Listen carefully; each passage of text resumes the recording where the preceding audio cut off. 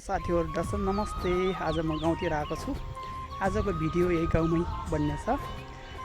यस्तै भिडियो हेर्नको लागि मेरो युट्युब च्यानल सब्स्क्राइब गर्नु होला। धन्यवाद। अब म भिडियोतर्फ लाग्छु है त ल। बाइ।